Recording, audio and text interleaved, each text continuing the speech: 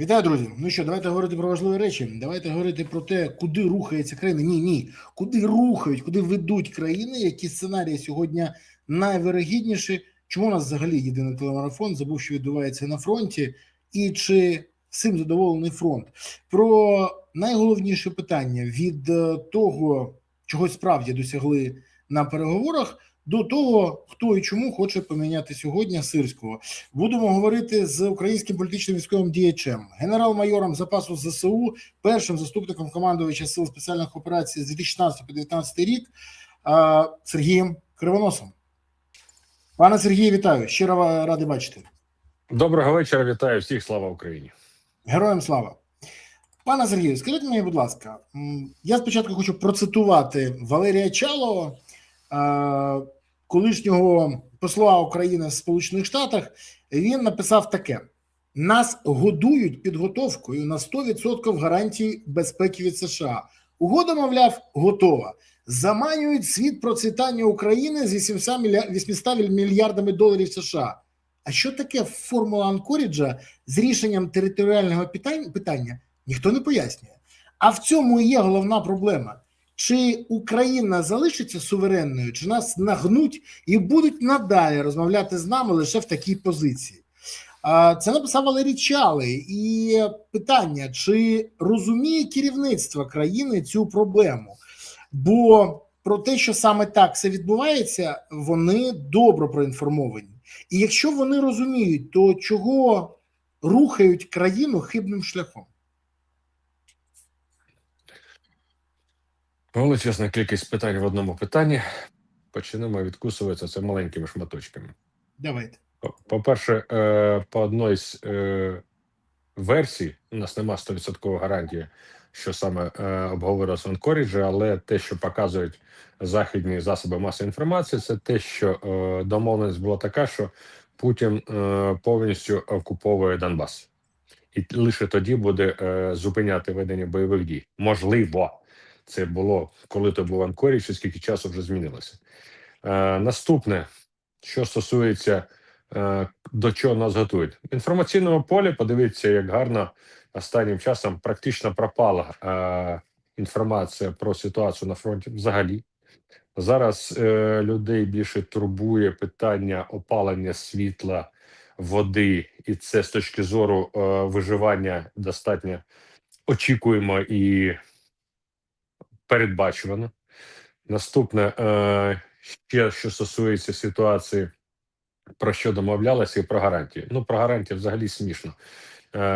Розумієте, що президент Сполучених Штатів пан Трамп вирішує особисті питання свого оточення, свого клану, що стосується фінансового підняття рівня фінансової забезпеченості по різним питанням, в тому числі, що стосується використання проблем, які виникли в ході російсько-української війни. І менше всього він думає про інтереси безпосередньо України в цьому питанні, його цікавить власне збагачення, його клану.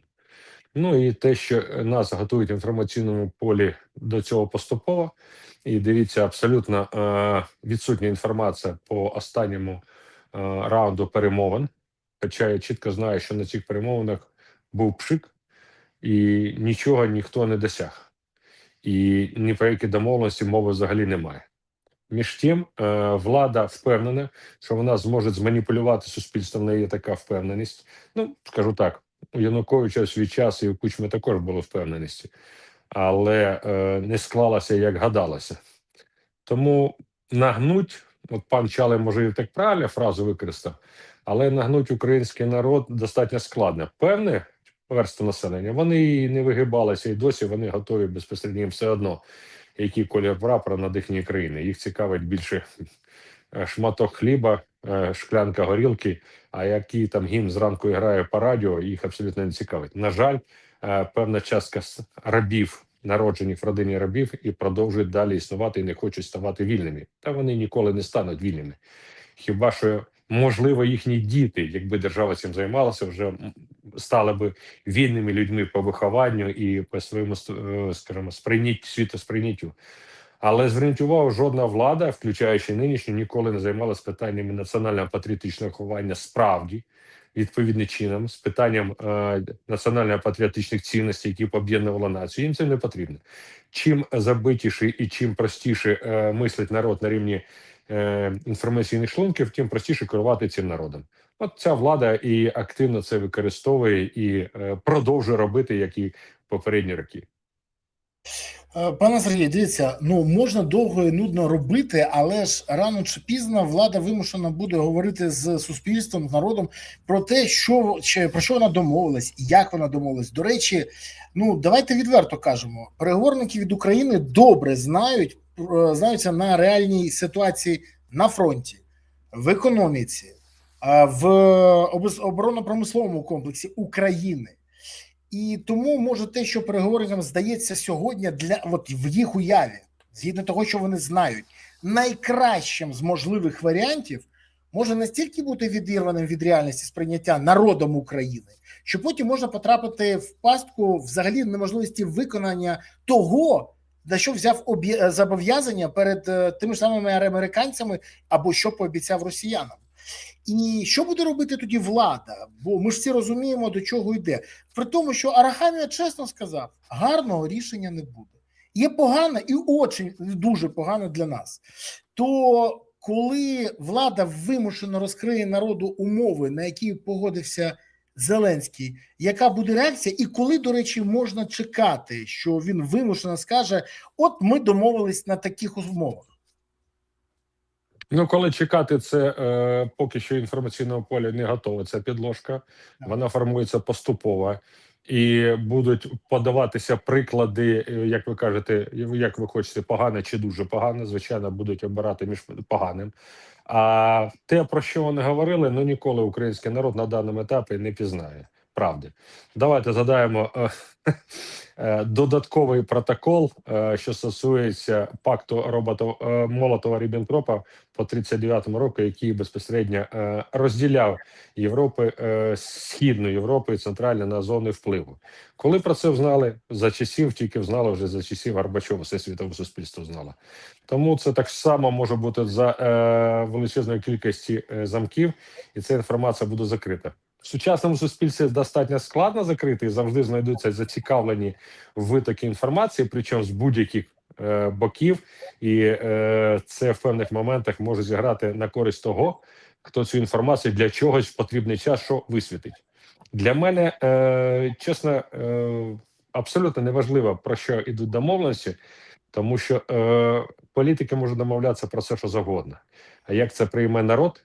І я не рахую, що український народ настільки затурканий і забитий, і навіть з певною прошаркою шлунків, він спроможний, навіть незважаючи на втомленість від війни, все ж таки поставити чітку оцінку нашій владі. З оцінкою там доцарювались, дотренділися і докралися. Отаким чином можуть розставлятися оцінки. Те, що влада буде намагатися подати себе, знаєте, якогось там, не знаю, така пташки миру, але пташка миру, як правило, більше гадить, чим несе користі суспільству. Тому час покаже. Пан Сергій, давайте відверто. Путіну не потрібен мир. Ну, не хоче він миру. Якщо б він хотів мир, то на перший день цих перемовин в Абу-Дабі не було б обстрілу України, коли Київ сидів без світла в морози, коли Чернігівщина була знеструблена, коли 2,5 години тероризували шахедами Харків. Ну, не було б цього. Це було навмисні дії, які показували, що він справді і хоче, і може. Тому в мене єдине запитання. Влада живе тільки однією ідеєю. Якось домовитись. Але чому влада не згадує відомий вислов одної з найвідоміших киянок Голди Меїр, яка каже, ми хочемо жити в мирі, наші вороги хочуть нас вбити, це залишає доволі мало місця для компромісу. Тут така ж сама ситуація. І замість того, щоб шукати миру в очах Путіна, як Зеленський вже колись це бачив, може час посилити обороноздатність країни. Ну, тому що навіть зараз, коли Зеленський приїжджав, його запитували, і вже Трамп запитував, чи буде в твоїй руці сильна карта, чи зможете стабілізувати фронт. І Зеленський щось там промямлив, але конкретики ніякої не було. Навіть Трамп розуміє вже, що без сильної позиції України не можна примусити Путіна ні до чого. Він погодиться тільки на одне – на нашу здачу. Фактично... Називайте це просто капітуляція. Так, на капітуляцію. Зеленський хоче це замаскирувати референдумом. Ми чули вже багато історій. Ну, тому що не просто вивести війська, а сказати, це не я захотів, це народ вирішив. Бо так, це перекладання власної відповідальності за власну бездіяльність і підривну діяльність проти держави за рахунок своєї непрофесійності на плечі народу. Це як абсолютно в стилі зеленої влади. І це якраз вони впевнені, що зможуть зманіпулювати. Вони приведуть певні приклади в інформаційному просторі через той самий телемарафон, де українцями просто поставлять в такі, знаєте, безвихідні ситуації, що певні люди будуть зламані. Але певні люди скажуть, а нам до сраки ваші морські знаки, пробачте. Ми будемо захищати власну Україну. І саме головне, чого боїться Зеленський. Зеленський боїться, що якщо рішення приймав би він, а не те, що він питається скинути народ, то тоді будь-який політик, я вже не кажу про звичайного громадянина, підняв би питання про легітимність цього президента і про проведення імпічменту по відношенню до цієї людини. А я думаю, що якби це сталося, а якщо станеться, то питання про імпічмент виникне так швидко, що навіть перший і другий Майдани позаздрять спроможності українцям приймати певні рішення, об'єднуватися проти проблем, які виникають від наших керівників. Впевнений на 100%, що ви праві. Більше того, він теж не ідіот в цьому питанні, інстинкт самозбереження в нього працює. І він все прорахував. Я навіть уявляю його виступ після проведення референдуму, де буде 146% за те, щоб вивести війська з Донбасу. По-перше, питання формулювання. Буде ж як? Чи за те ви, щоб війна закінчилася і для цього треба демілітаризувати Донбас? Чи за те, щоб ракети і далі прилетали на ваші голови, але ми залишаємось на Донбасі з військами? От будь десь так. І переважна кількість людей буде думати. А ті, хто, ну скажімо, не прийде на вибори, за них намалюють інший результат. Ми це вже бачили неодноразово. Так от, уявляю собі, виходить Зеленський після того, як проходить цей референдум, хоча згідно закону України заборонено проводити референдум по територіальних питаннях і фінансових, податкових. А це якраз вільна територіальна зона, це, вибачте, фінансово-податкове питання. А вивод з території – це взагалі територіальне, тому порушення на порушення. І от виходить Зеленський після цього і каже, я особисто, я проголосував проти. Я не хочу цього, але народ хоче. І тому я вимушений з великою огидою, але виконати те, що хоче народ. Ну, це стара маніпулятивна історія. Ми ж це розуміємо. Такий сценарій давно промальовувався. Давно вже. То в мене єдине запитання. А наскільки він взагалі вирогідний і наскільки Путін погодиться на це? Вибачте, але без його погодження це неможливо. А він не хоче ніякого референдуму. Пісков, це говорячи в вуса Путіна, прямим текстом каже, ми хочемо, щоб вони вийшли з Донбасу. І, до речі, коли будуть проводити, якщо будуть проводити цей референдум, треба ставити ще одне питання. А хто буде там займатися наведенням всіх порядків? Чи адміністрація буде, чи поліція буде, хто буде виплачувати пенсії, хто займатися комунальними питаннями, хто буде освітою займатися? Бо мені щось здається, якщо буде демілітаризація, щось мені підказує, то туди зайде, як росіяни кажуть, тільки їхня Росгвардія і Ахмат. Ну так в мене запитання, що все це таке і наскільки це вирогідно? Ну, варіанти можна розкладати будь-як, і ми розуміємо, що Путін все ж таки розуміє, що на даному етапі він має певний тиск, підкреслюю, має певний тиск. Якщо все ж таки ми будемо і далі системно продовжувати наносити удари по російським об'єктам критичної інфраструктури, то ситуація може поступово перекладатися на нашу користь. Якщо ми і далі на дипломатичному фронті будемо дотискати і реалізовувати за рахунок санкцій проти Російської Федерації, це також буде на нашу користь. Якщо Європа буде далі допомагати нам в розвитку певних напрямків нашої оборонної спроможності, і в першу чергу, мабуть, скоріше, хай на території Європи, чим на території України, бо в Європі точно гроші не вкрадуть, як це було в попередні, ну навіть останній місяць.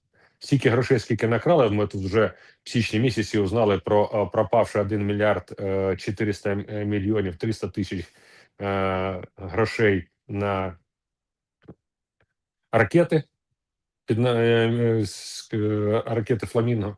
Ми узнали, як швидко наші олігархи заробили 2 мільярда на різниці цінової політиці на енергетику. Тому якщо і далі будуть красти гроші, то краще це нехай все будується поза межами України, але поступає на Україну. І це, в принципі, Європа підтримує, не всі, звичайно, але багато хто з певних країн підтримують і йдуть в цьому напрямку. Бо ніяких уже питань про гроші нема. Питання: вам дають продукт, і ви цей продукт можете використовувати. І то під контролем його використання. Що далі? Ну, ми знов-таки ж з вами розкладаємо варіанти. Складно зрозуміти поведінку 3 самовлюблених нарцисів. А саме Путін, Зеленський і Трамп, у них єдине психічне захворювання – це нарцисизм. Причому в достатньо сильних формах усіх 3. І вони самі себе люблять і ставлять певні завдання, аби чого досягнути. Єдина різниця, що системність у Путіна, що стосується керівництва держави, значно вища, ніж у Зеленського. І в нього апарат, економічний апарат насилля значно потужніший, ніж у Зеленського. І у Путіна також крадуть величезними сумами, але Збройні сили в певних моментах Російської Федерації отримають те, що їм потрібно, аби успішно воювати на певних ділянках фронту. Що стосується Трампа, у Трампа значно більше спроможності, що стосується економічних тисків, і він, бачите, постійно тисне санкціями і тарифами, ті, хто там з ним не погоджується. Але це не значить, що Європа з цим погодиться, і на даному етапі не всі політики Європи там побоюються тих самих Сполучених Штатів. І вони абсолютно спокійно зараз системно будують програми розвитку європейської спільноти власних країн, що стосується знищення будь-якої залежності від китайської і американської індустрії. Звичайно, це не так швидко, але по певним напрямкам вже успіхи є. Навіть у нас вже в певній компанії успішно виробляють певну продукцію, що стосується повітряних наземних дронів, абсолютно не маючи жодної китайської запчастини, навіть шурупчика. Значить, хочемо, як треба, і хочемо, це можемо досягнути. Тому ще раз скажу, все ж таки у тісній співпраці наших підприємців і європейських підприємців рух іде. Незважаючи там на залякування наших підприємців керівниками певних організацій, що якщо десь хтось, ми вас всіх пересаджаємо без нашого дозволу. Питання ж вони не вдозволені, питання не в їхньому бажанні зберегти якусь таємницю. Питання, щоб, не дай Боже, якась там копійка чи центик не пройшов повз їхні кишені. Ось їхня головна перестрога. Тому, незважаючи на дикий супротив з боку української бюрократії, незважаючи на дикий супротив з боку ворога, який нищить наші міста і села, ми все одно стаємо сильнішими. Звичайно, зараз скептики скажуть, про яку силу ви говорите, все попалили, все знищили. Ну, по-перше, попалили, знищили, скажімо так. Ну, можливо, хтось частина вже прозріла і зрозуміла, що частина тих людей, які були обрані народом на рівні президента, на рівні парламента, на рівні органів місцевого самоврядування, не виправдали довіру народу, яких обрав, і не справились з простими професійними речами, які змусили це зробити. Ну, от дуже класно, що незважаючи там на політичні всякі нюанси, все ж таки ми побачили, як чітко працюють мери певних міст, які значно ближче до фронту, ніж той самий Київ чи Львів. І та ж сама Одеса, той самий Харків, той самий Дніпро, незважаючи взагалі там до близькість до ворога, значно ефективніші, незважаючи на також потужні удари, справляється, там нема паніки і нема такого занепаду. Сьогодні спілкувався з харків'янами, там абсолютно спокійне сприйняття реалій, і вони справляються, незважаючи на потужні речі, і ніхто там не ламається, не скилить, не вилить. Те ж саме Одеса, вони навіть інколи сміються, жартують, як це завжди роблять одесити. Дніпро не здається.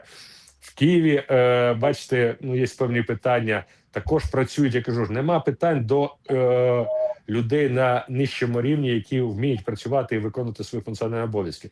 Питання до тих людей, які керували процесами розподілення коштів і не визначали пріоритети по використанню цих коштів, що стосується посилення нашої енергетичної спроможності, самостійності.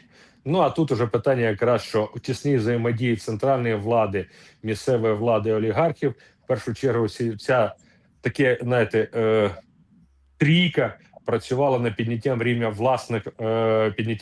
власних заробітків, а не підняття рівня безпеки тих міст, сіл, які їх обирали. Пане Сергію, тут вам дякують за, і не можу не вивести це, пане генерале, дякую за захист Києва. Тут інші є такі ж коментарі, тому хочу нагадати, що пан генерал приймав участь в захисті Києва, і бачите, кияни пам'ятають це і не забувають. Як і генералу Марченка теж в ефірі постійно кажуть, дякую за захист Одеси і Миколаєва. Тому народ це пам'ятає, все бачить, народ обдурити дуже важко, хоча наша влада намагається, активно намагається. Друзі, я вдячний, з вашого дозволу, подякую ті, хто пам'ятає, ті, хто підтримують. І це просто була робота, яку ми виконали чітко і, з моєї точки зору, достатньо професійно. Могли б зробити краще, якби влада не заважала. Але між тим ми це зробили. І за це дякуємо. Друзі, в мене прохання до вас. Привіт трохи активності, бо тільки третина поставила вподобайку, хоча дивляться і активно дивляться. Не забувайте, будь ласка, ставити вподобайку. Це ваша підтримка каналу, це допомога каналу. Допомагає каналу виводити нові відео в ефір, і це допомагає виявлятися новим розслідуванням, інформаційним блоком, аналітиці. Тому допомагайте співпрацювати з алгоритмом Ютубу. Поставте зараз вподобайку, поставте зараз підписку, підпишіться, якщо ви ще не підписалися, і разом дзвоник, щоб першим отримувати всю інформацію. Прокоментуйте, напишіть, що ви думаєте з цього приводу, а ще напишіть, звідки ви дивитесь цей ефір зараз. Ну, куди ви закинули доля? Давай, місто, селище, країну, напишіть, а ми подивимося, і чи присутній центр Всесвіту. Троєщина. Чи вона сьогодні з нами, чи дивиться? Це важливо, тому що, наприклад, у мене у тещі на Троєщині зараз ані світла, ані тепла. Кажу, як є. Тому пишіть зараз, це важливо. Я вам дякую за вашу активність і за те, що ви не пасивні. Підписка, вподобайка, коментар, поширення. Інші теж повинні знати, що відбувається.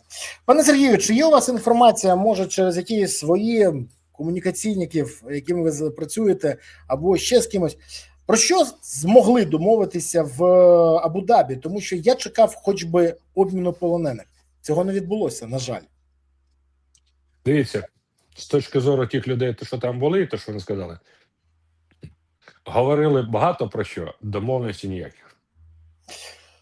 Зрозуміло. Тоді зразу запитання про тих, хто там був. Українську делегацію очолював секретар РНБО Рустем Умеров. До її складу також увійшли голова Офісу президента Кирило Буданов, голова фракції «Слуга народу» Давид Арахамія, радник Офісу президента Олександр Бевс, якого називають смотрячим від Єрмака, бо саме він був приведений Єрмаком разом з Дашою Зарівною, як її однокурсник, і він залишився, Єрмак пішов, а він залишився навіть в делегації.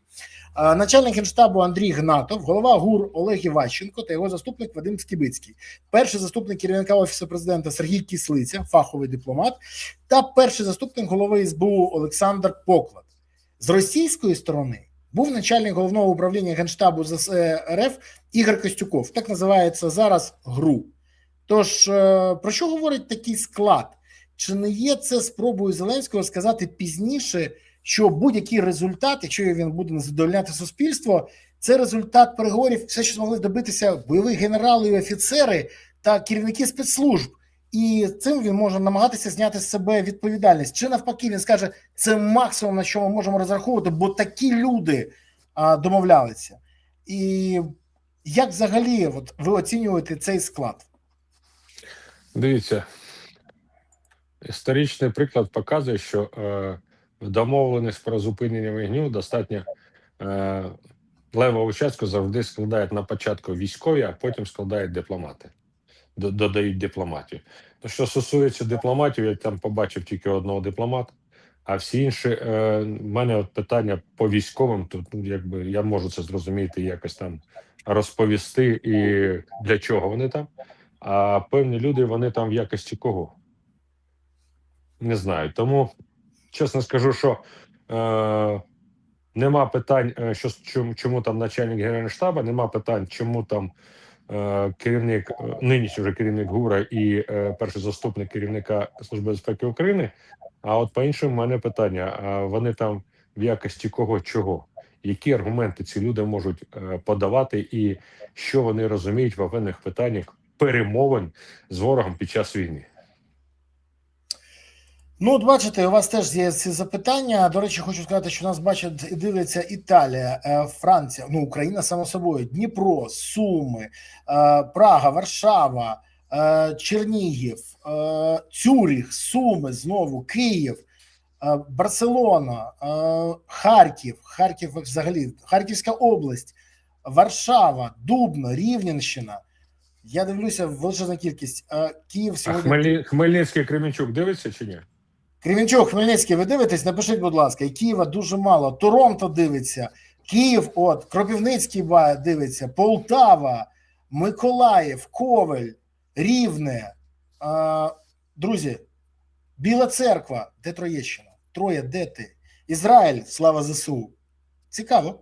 Гаразд, поки всі пишуть, давайте ще одне запитання. Україна може пройти шлях до ЄС, що залишився швидше, ніж передбачали переговорники, і стати членом ЄС не до 2030 року, а до 2027-го. Не в 27-му, а до 27-го. Якщо буде вести певні процеси паралельно. Про це в інтерв'ю Суспільному заявив ще 6 січня, майже 20 діб тому, віце-прем'єр з питань європейської та євроатлантичної інтеграції Тарас Качка. Я тоді повідомив, спілкуючись з декількома дипломатами європейськими від міністрів до держсекретарів міністерств, що це не відповідає реальності. Взагалі. Бо єдиний варіант, який може бути, це те, що Україна відмовляється від всіх своїх інтересів, не захищає свої питання по аграрці, по виробництву, по постачанню товарів на ринки Європи, відмовляється від всіх, не знаю, умов, кредитів, доступ немає до... і голосів немає в Європарламенті. От ну, такий член, не член, скажімо так. То в мене питання. Член, але м'який. Дуже м'який. І сьогодні з'явилася інформація. Financial Times пише, що дату вступу України до ЄС у мирному плані США, які не є членами Союзу, вимушено переглядають через незгоду держав-членів.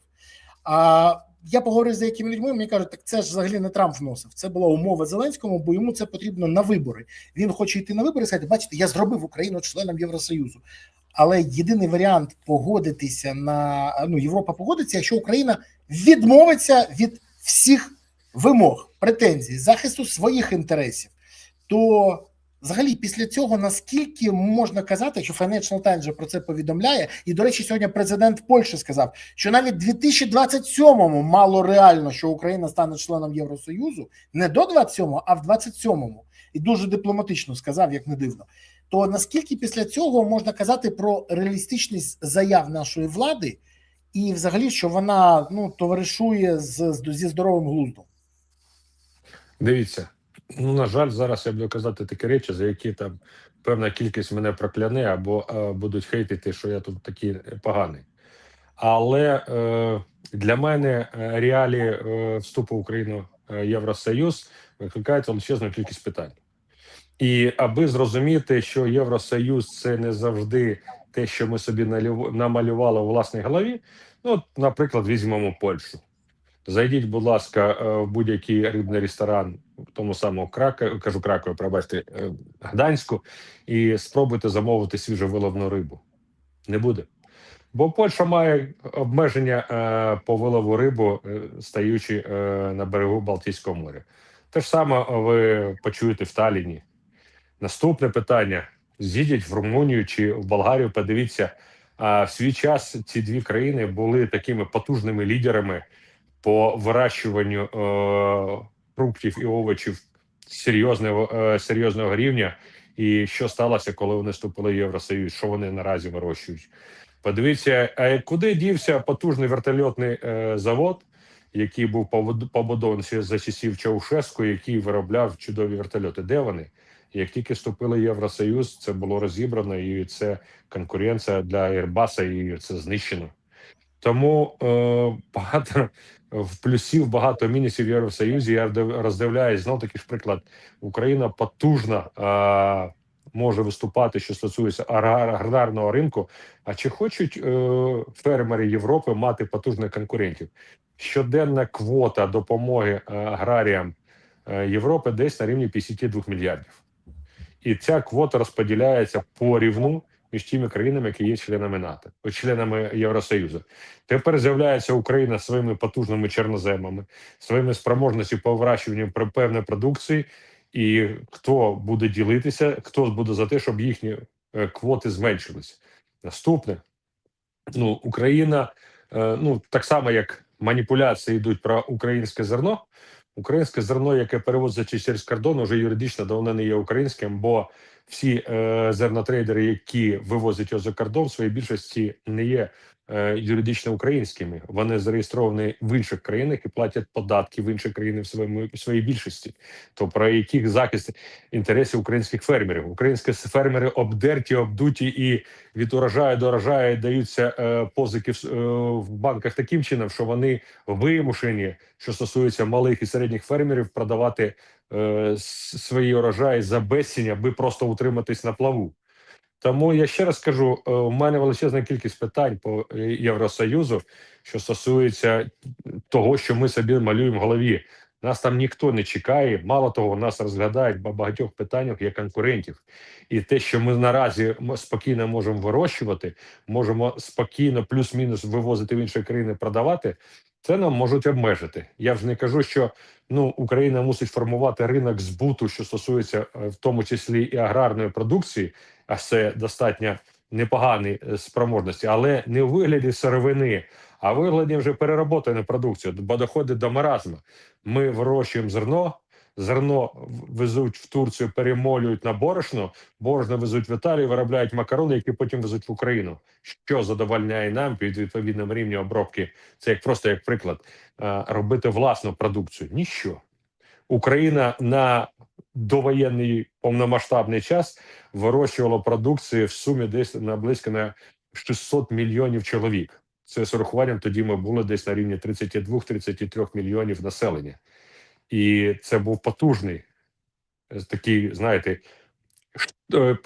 поштовх вперед, куди нам треба йти. Але це не значить, що ми мусимо тільки залишатися аграрною країною.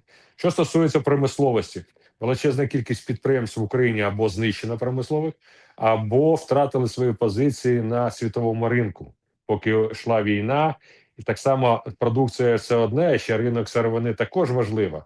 Тому питань багато, і ставити ставку на Євросоюз, що нам чекають, окей, а наступне питання. А ми свої золотовалютні запаси відвеземо в Брюссель і будемо сидіти на загальній системі євро і бути ніхто, і прізвище наше ніяк? Чи все ж таки ми залишимо, як небагато країн залишили власні гроші і власну валюту? Тому питань багато, і нас розглядають з точки зору, як нас використати, а не як нам допомогти, що стосується економіки.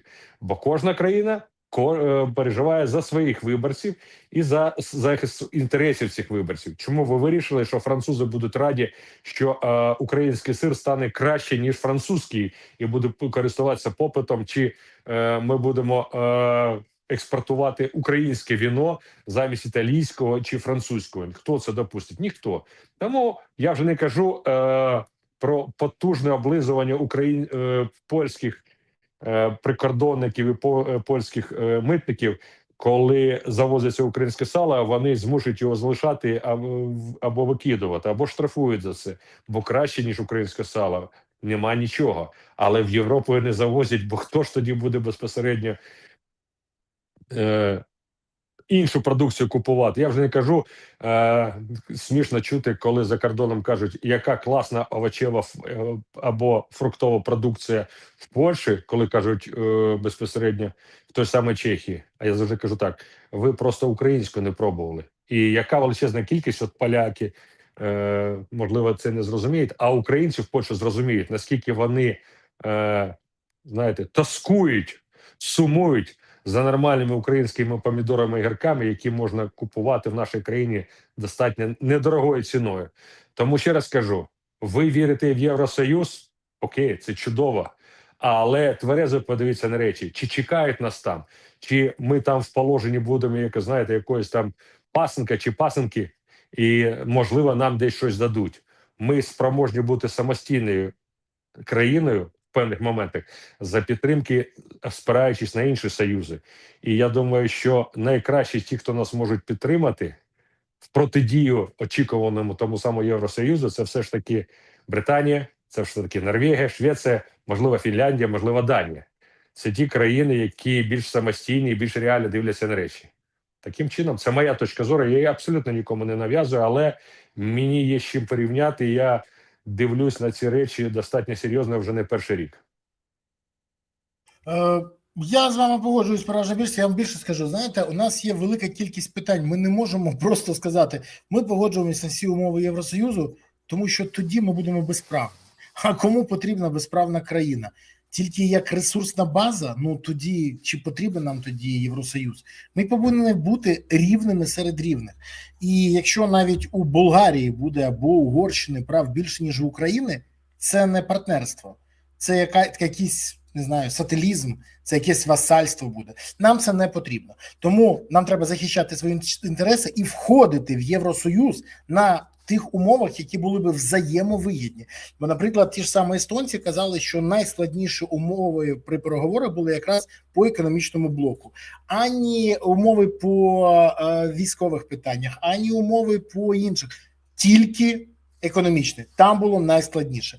Тому треба розуміти і людям казати правду. Бо коли наша влада розповідає до 1 січня 27-го року, от залишилось там 11 місяців, ми станемо членами Євросоюзу, та я вже це пам'ятаю. Виходить Зеленський, його Шобла поза, ми подали заявку до НАТО, чекаємо на відповідь. Ну це ж було, це смішно було. НАТО було в шоці. Вони, до речі, там подивилися на це, покрутили у війська і сказали, а ви що, вже члени, якби з кимось домовились, якісь члени Альянсу, там пройшли підготовку. Тому що він хоче нахрапом, це традиційно. До речі, про нахрап. Останній виступ Зеленського в Давосі був дуже хамовитий, відверто. Він претензії висловлював в Європі, яка дає гроші. Він претензії висловлював в Європі, яка дає зброю. Дає, не продає натомість, як Сполучені Штати. Політично підтримує, лобіює наші інтереси, якими ми договоримося про об'єднання в Євросоюз, але пройшовся по повній. І величезна кількість європейців сказали, що вони не розуміють, як це може допомогти Україні, перше, яка користь від цієї промови, друге, а третє, а чому він так себе веде. І от сьогодні ми вже побачили різку доволі заяву з боку міністра закордонних справ Італії, заяви від поляків, від інших, почали дуже різко. Я говорив з деякими європейськими політиками, і сьогодні ж почалася сесія ПАРЄ, і в Страсбургу величезна кількість депутатів зі всієї Європи приїхали, і це обговорюють. І обговорюють в дуже негативному контексті. Дуже негативно. Про те, що Україна, не Зеленський невдячний, Україна невдячна. Про те, що Україна не вміє цінувати допомогу, про те, що Україна хоче, щоб їй допомагали, і просто не вміє казати дякую. До речі, це колись вже казав міністр оборони Волес, міністр Британії. І він сказав тоді Зеленському, ми на Амазон, навчиться казати дякую. Але найголовніше, про що говорять всі зараз, про те, що незабаром в Данії повинні пройти вибори. І прем'єрка Фредріксон, яка була один з головних лобістів допомоги Україні, є навіть датська ініціатива, всі її знають. Так от, вона може програти вибори через Firepoint, бо в місцевій владі це, помітно там, скажімо, в місцевій пресі, вибачте, обговорюють. В мене єдине запитання до вас через все це. Як ви вважаєте, теж спілкуєтесь з нашими партнерами, чи будуть наслідки після цієї промови, і які в форматі вони можуть бути? Те, що Україну не кинуть без допомоги, я розумію. Але те, що велика кількість політиків, які почули це, почали ставити запитання собі, а навіщо ми б'ємося з нашими виборцями, щось їм доводимо, продавлюємо. Якщо отака реакція, Ну, це питання вже стоїть сьогодні в Європі. Ну, один з факторів, який може зіграти на користь прийняття українцями певних рішень, це якщо Володимир Олександрович гарно сформулює такий підхід, що Європа від нас відмовилась, нас кинули, тому ми будемо на ті умови йти вимушено, то що від нас відмовились. Ніхто ж не Від буде нас відмовляться. винуждати. Вибачте, пане Сергію, вибачте, я говорив зі всіма, з ким я вже вам будуть допомагати. Але ж що робить Зеленський? Питають. При тому він знає, Так що от, нам будуть допомагати. Це цинічно. Пане Бориславе, якраз я про це і кажу, Вибачте. що на цьому він може зманіпулювати, сказати, що від нас відмовилось. Він же ж не буде питати кожну країну і кожного політика, будете нам підтримати, не будете підтримати. Це просто звичайна інформаційна маніпуляція, яку ніхто з українських громадян не буде перепровіряти, тому що будуть вірити на слово нашому Володимиру Олександровичу Зеленському. Слово навіть не повертається його називати президентом, бо все ж таки, хоча він і обраний народом, але по певній своїй поведінці точно не на користь українського народу працює. Але між тим. Тому зробити з себе ображеного хлопчика і сказати, що всі ви мене кинули і я от так от зроблю, ну це в його манері поведінки, і навіть та поведінка, яка була в Давосі, це чітко показала. Замість того, що подякувати і знаходити спроможність по подальшому розвитку, він спілкується з політиками Європи так і світу, так само як спілкується з глядачами 95-го кварталу. Я вам нічого не должен, а ви мені должны.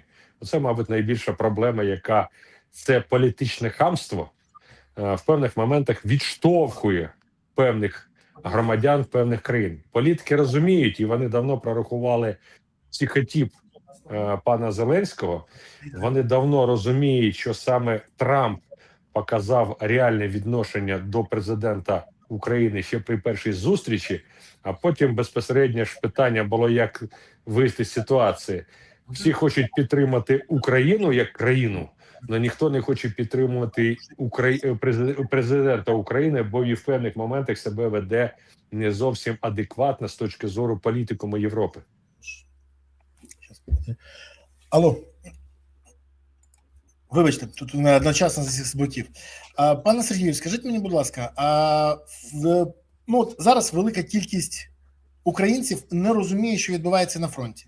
При цьому ворог відверто просувається біля населених пунктів Вовчанські хутори, також має просування біля населених пунктів Грася, Синельникове, Ліман та Вільче, це на південно-слобожанському напрямку. Рашисти окупували населений пункт Міньківка.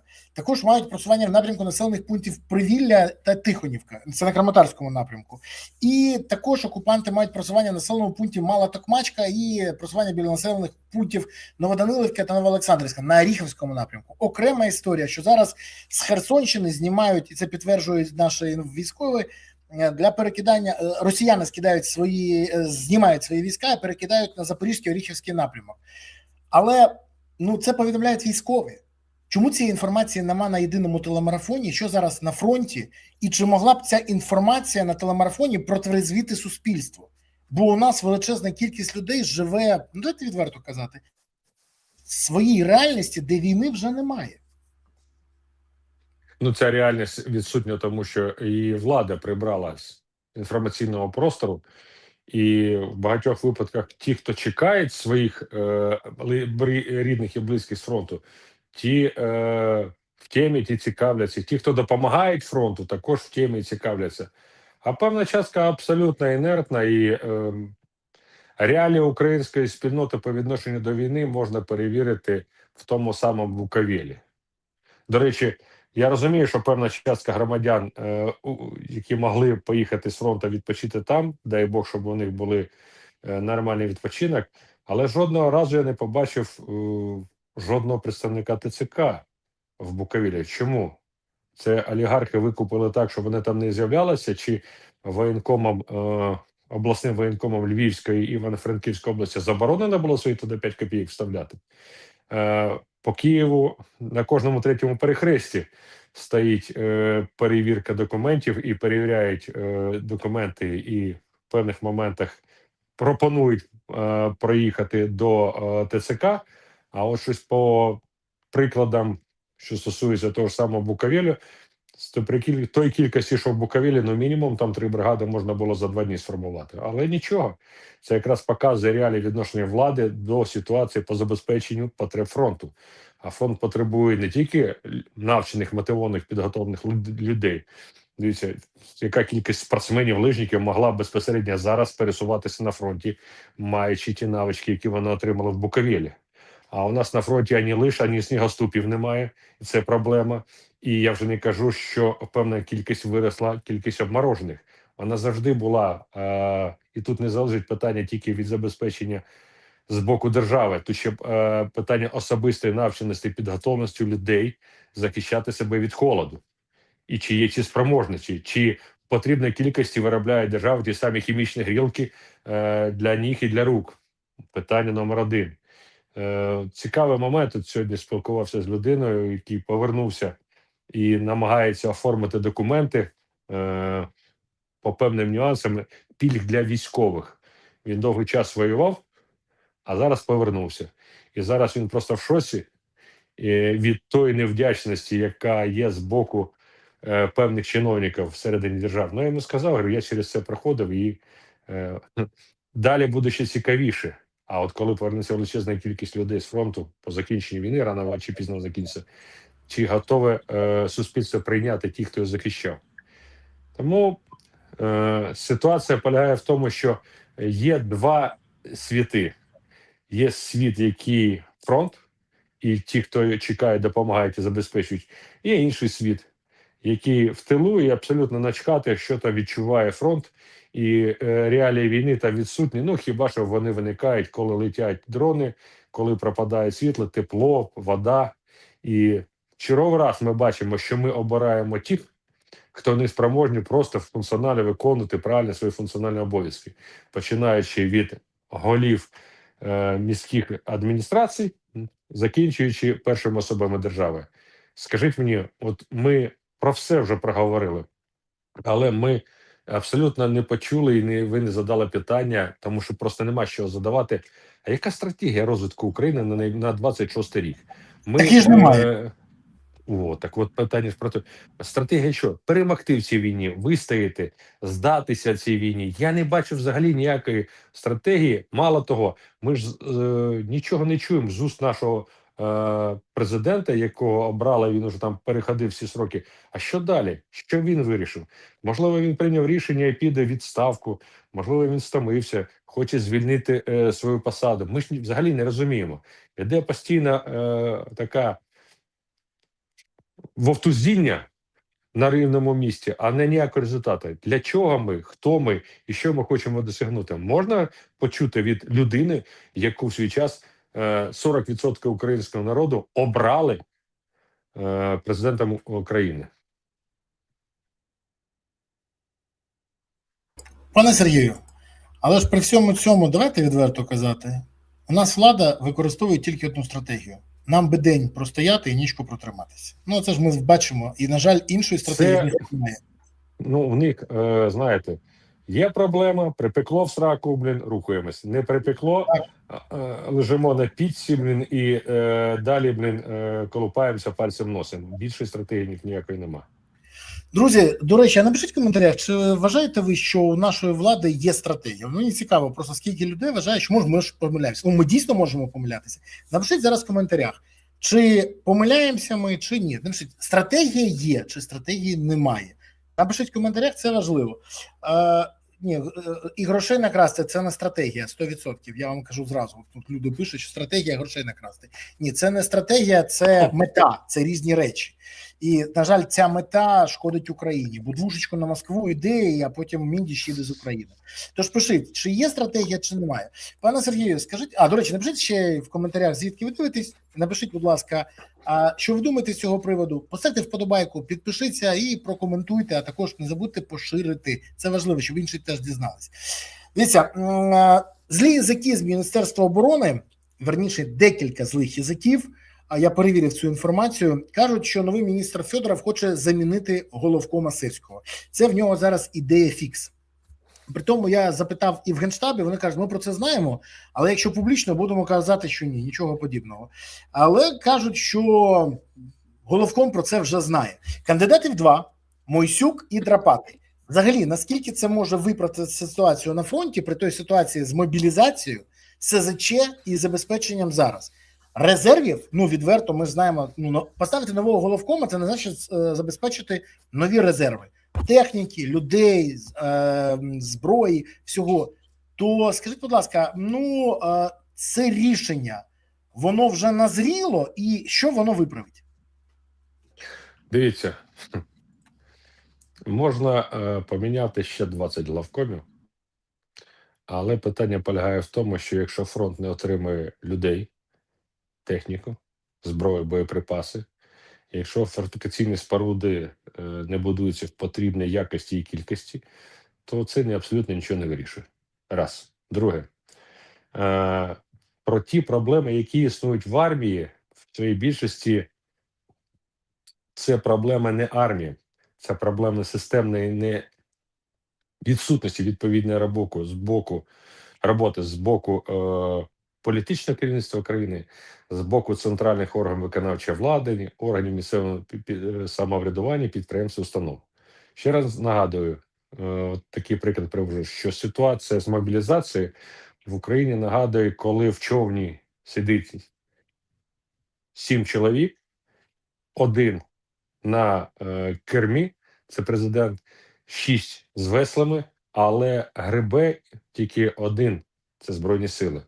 А міністерство, одне весло, центрального виконавчої влади, пробачте, органи місцевого врядування не гребуть, підприємства не гребуть, установи не гребуть. То як же ж воно ж буде куди? Та й президент того керма не тримає.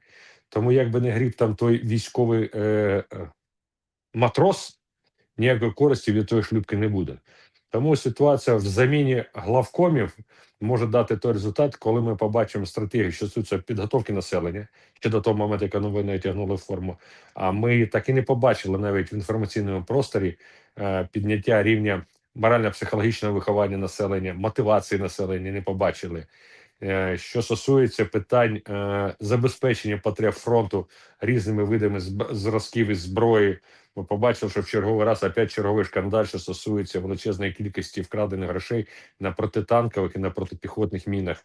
І ми не побачили, кого ж, яким чином за це покарали і кого притягнуло до відповідальності. Тому в певних моментах це може зняти градус напруги по відношенню до пана Зеленського, як це було з маніпуляціями з паном Будановим, але це абсолютно не змінює сутність бездіяльності центральної влади.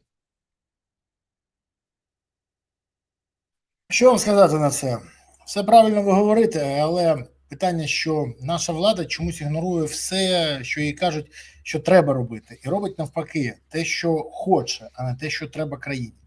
При цьому вона інколи робить, ну, влада абсолютно незрозумілі речі. Так, наприклад, анонімні телеграми та неанонімні ідіоти зараз розповсюджують повідомлення, що тривають переговори між представниками Петра Порошенка і Валерія Залужного. Більше того, таку маячню там кидають. А робиться це для того, щоб дискредитувати Залужного і сказати, що от бачите, він повністю ліг під Порошенка, все інше. А це брехня, це відверта брехня. То в мене до вас єдине запитання. Якщо це розповсюджують ті телеграм-канали, які афільовані з Банковою, то хто і з якою метою запускають ці фейки і для чого вкладають в це гроші?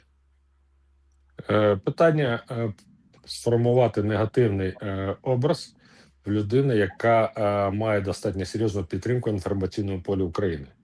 І вони самі займаються підготовкою до виборів, але про це мовчать. Але в цьому хочуть звинувачити людину, яка безпосередньо значно популярніша на даному етапі, чим той самий безпосередньо Зеленський. Все дуже просто. Обливає брудом того, хто твій конкурент, а нехай він виправдовується. А Залужний не може виправдовуватися з двох причин. По-перше, він на державній службі, він посол України, Великої Британії, займається іншим функціоналом. А по-друге, якщо він почне виправдовуватися, то це знову буде правило, що що він все ж таки відчуває свою провину. Бачите, він виправдовується. Тут в будь-якому випадку його хочуть зробити винуватим. Звичайно, було б простіше, щоб пан Залужний дав хоч одне там на 3 слова інтерв'ю. Ну, наприклад, шановні ті, хто рахує, що цим займається, рухайтесь, будь ласка, в напрямку затонувшого російського корабля. Все буде дипломатично, красиво.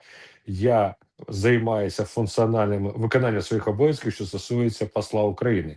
Поки що не до політики. Закінчиться війна, займаємось політикою, можливо, а можливо і ні. На жаль, Залужний це поки що не сказав, але допечуть, може сказати. Я, на жаль, не знаю, ну, особисто не спілкуюсь з Залужним, а спілкуюсь тільки з його прес-секретарем. Я поставив йому запитання консультантом по інформаційним питанням. І вона мені каже, що Залужний сфокусований зараз виключно на дипломатичній роботі, вона займає весь його час, і тому можливості дати інтерв'ю зараз немає. Але ви праві на 100%. Рано чи пізно, якщо допечуть, то він вискажеться. І проблема в тому, що коли він вискажеться, це запустить таку хвилю, що ті, хто посіяли вітер, отримують бурю. То мені здається, що не треба будити лиха, поки воно тихо. Але ні, люди, мабуть, не можуть здати собі раду і от роблять отак. Ну, подивимось. Сподіваюсь, що рано чи пізно все ж таки безглузді дії отримують кармічне покарання, а потім і то, яке згідно закону України за це мають понести. До речі, Зеленський ніяк не коментує взагалі корупційні скандали навколо себе. Міндічгейт, Кісельгейт – це той депутат, на кого переписали дім Зеленського і якого взяли на тому, що він виплачував гроші за голосування. Бакановгейт. Ваня Баканов бере гроші в офісі, привів туди російських ФСБшників. Я собі уявляю, що Порошенко привів би таких ФСБшників, і йому сказали, а він каже, я не знаю, я про це нічого не знав. І всі, окей, будемо їх рухатись далі. Шурмагейт. Там взагалі 2 роки скандал, тиша повна. Зараз Дейнекогейт з колишнім очільником Державної прикордонної служби України. Хто стане наступний у цьому нескінченному ланцюзі скандалів? І чому замість системних реформ ми бачимо лише прізвища чергових розслідувань? До речі, Зеленський хоч колись почне це коментувати, чи він, як переляканий страус, вважає, що найкращий варіант – голову в пісок? Знаєте, я думаю, що ПДНК – це тільки початок. І Чому? тютюново-автомобільна мафія на державному кордоні – це одне. А я думаю, якщо підніметь на гора питання по 2014 року, коли пан Дейнеко керував прикордонниками на Луганському напрямку, то треба простіше спитати тодішнього керівника Державної прикордонної служби, за що саме було знято тоді керівника Луганського прикордонного загону і по якій статті були обвинувачені. І ви будете дуже сильно здивовані. І чому саме до 19 року про Дейнеко ніхто вже не чув і не згадував. А можна я вгадаю? В 19-му році все так різко відновилося. А може, пане генерале, я б спробую вгадати, по якій статті він був звільнений. І, до речі, яка претензія до нього була. Мені злі язики казали, ще раз, в мене інформації немає, але злі язики казали, що там була 111 стаття, держзрада. Чи має це припущення підґрунтя? Питайте краще хлопців з 8-го полку спецпризначення, які в той час знаходились на Луганщині. Вони вам багато скажуть, і я думаю, що більшість цих слів не будуть літературними висловами для відкритого етеру. І не тільки спецназівці, і величезна кількість інших вояків, які задавали питання, чому саме так сталося, і куди все ділося, і про які домовленості йшли там на певних етапах взаємовідносини, називаємо так, якщо це можна назвати, що стосується ситуації весни і літа 2014 року на Луганщині. Тому є спеціальні у нас організації, які саме вони мусять розставляти. Ми з вами тільки можемо робити припущення, ми ж нічого не стверджуємо. Так, ми робимо припущення, і ми чули, ми бачили, але ж я думаю, що на той момент і керівництво країни не було зацікавлене в таких гучних скандалах. Ну, виявляєте, якби тоді це всплило, і що таке 111 стаття по керівництву потужного напрямку Державної прикордонної служби. Ну, тому і в певних моментах і наразі ситуація по тому самому Сумському напрямку, яка була на 22-й рік, що стосується прикордонників, те, що знала служба Божа, і це зовсім навіть страшно оголошувати в відкритому етері. Тому ще раз скажу, багато питань, але жодна влада, ні оця, ні попередня, не зацікавлена розписатися в тому, що представники п'ятої колони Російської Федерації достатньо серйозно просіли на керівних посадах різного рівня в нашій державі. Останнє запитання з цієї теми. Скажіть, будь ласка, Зеленський заявив, що він нічого не знав про Міндіча. Мовчить про Баканова. Ще більше мовчить про Кісіля, на того, на якого переписали квартиру, дім, і який роздавав гроші згідно підозри в корупції від НАБУ і САП. А так, здається, там Шурма ще був, Чернишов, інше. В мене одне запитання. Там всі крали, а він не крав? То він один там такий порядний? Чи він не в курсі, чи він не знає? Тут же, як сказав... Він знає золоте правило, якому ще навчили його, коли він вчився в Криворізькій середній школі. Що чистокровне признання в скоєному – це прямий шлях на нари. Оце він добре навчив з урахуванням, що в свій час його родичі працювали в правоохоронних органах. Так тоді вибір такий, що якщо він знав і нічого не зробив, він злочинець, а якщо не знав, то лох. Я навіть не знаю, хто він більше. Друзі, напишіть, будь ласка, в коментарях, як ви оцінюєте, Зеленський не знав, тоді він лошара, провів друзів, які крали все, а він нічого не знав. Чи він знав і нічого не робив, тоді він злочинець. Напишіть зараз в коментарях, давайте подивимось, хто він на вашу думку, тому що цікаво, бо тут два варіанти, іншого немає. Або знав і мовчав, або нічого не знав і як? Я взагалі не можу повірити в таку історію. Гаразд, подивимось. Пане Сергію, скажіть мені, будь ласка, ви чекаєте чогось від далі того, що відбудеться на переговорах 1 лютого? Чи вірите ви, що на цих переговорах щось досягнуть, що може призвести до... Вийде з переговорів і скажуть припинення вогню, перемир'я і далі. Чи вірите ви в такий розвиток подій, чи ні? На 1 лютого, я думаю, що поки що таких домовленостей не буде. Бо ми будемо упиратися, росіяни будуть намагатися силовим методом дотиснути бажання оточити Краматорське угруповання українців або створити умови до оточення. Тому ми рахуємо, що в нас є, і в нас реально є чим ще оборонятися. Єдине, що в нас величезна кількість ресурсів, бачите, 2 мільярди вкрали у подонта-платників. А давайте подумаємо, що якби ці 2 мільярди не було вкрадені, скільки ж можна було б для фронту забезпечити величезної кількості різного військового спорядження. Я не кажу про питання тільки одних дронів, бо помилково, що всі рахують, що тільки за рахунок дронів тримається фронт. Інколи дрони є. Вибачте, ви про 2 мільярди, які вкрали на днях з Енергоатома? Так, боєприпаси є. А просто нема кому з операторів дронів їм керувати, бо в потрібній кількості їх не підготували, а ті, що підготували, не змогли зберегти, вони обморозились і ампутували їм там пальці на руках, на ногах, і вони зараз в госпіталі. Тому тут цілий такий комплекс питань, які треба вирішувати і казати, хто там більше винний.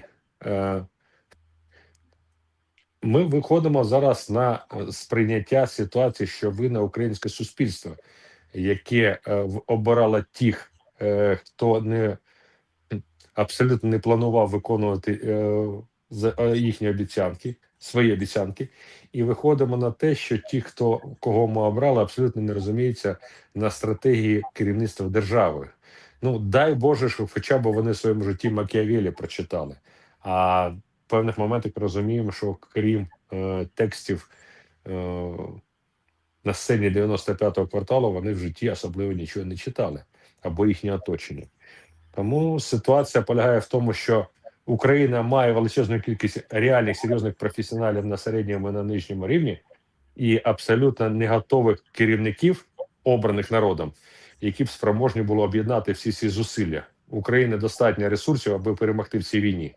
Але ці ресурси або крадуться, або використовуються не за призначенням, або взагалі не використовуються. От і вся проблема.